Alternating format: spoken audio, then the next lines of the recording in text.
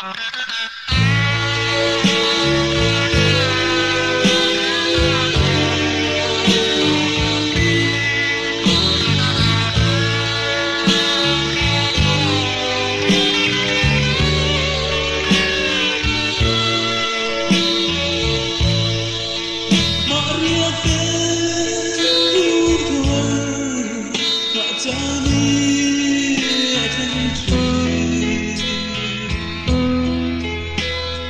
khi ra tiếng răng đừng đủ sâu suy lúc đi lên xóa lên khi riêng đi trong lời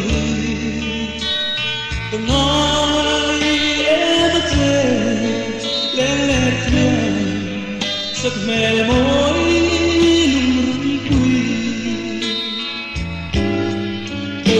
chẳng sẽ cũng thua đi lúc đua ô lên đừng cái noa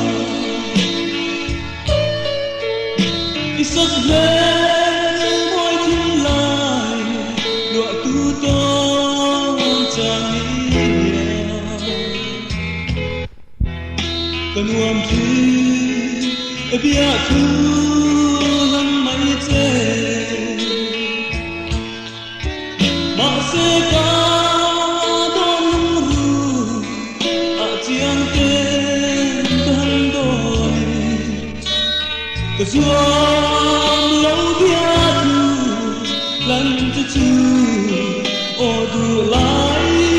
nung quy chẳng sẽ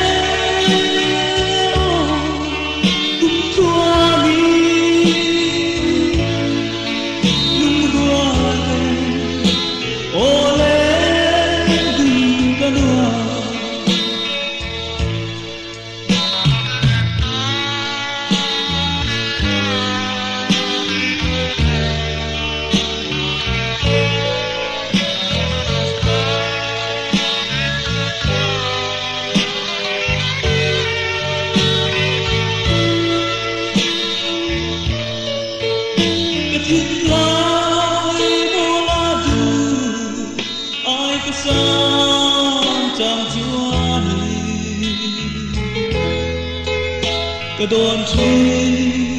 che mong ai luôn đi ta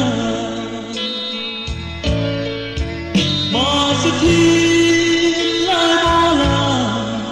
lâu qua lẽ trên nông rừng quỳ